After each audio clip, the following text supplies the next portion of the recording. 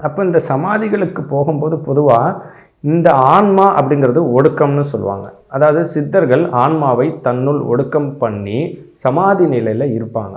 இருக்கும்போது பொதுவாகவே நம்ம தியானம் பண்ணும்போது பார்த்திங்கன்னா நமக்கு இந்த பிரபஞ்சம்ங்கும்போது அளவிட முடியாத ஆற்றல்களை கொடுக்கும்.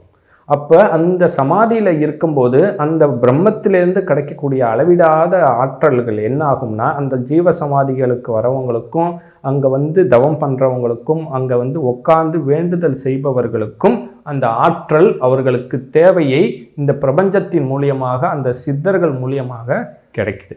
அப்போ அந்த ஜீவ சமாதி அப்படிங்கக்கூடிய வழிபாடு தான் இங்கு மனிதர்களை மேன்மைப்படுத்தும், உயர்வுபடுத்தும். சஞ்சீவினி தியானம், பிரம்ம சஞ்சீவினி தியானம், நிர்விகல்ப சமாதி தியானம், ஒளி சமாதி தியானம், ஜீவ சமாதி, சமாதின்னு சொல்லி இங்கே சமாதி நிலை அப்படிங்கிறது நிறைய இருக்குது. பொதுவாகவே நம் மகான்களும் சித்தர்களும் இருந்து தன் உடல்லேருந்து உயிர் பிரிந்ததுக்கப்புறம் அவர்களை சமாதி செய்வதுங்கிறது சமாதி. ஜீவனோடையே தன்னுள் ஒடுக்கமாகி அவர்களை சமாதி நிலையில் இருந்து அவர்களை சமாதி செய்வது தான் ஜீவ சமாதி.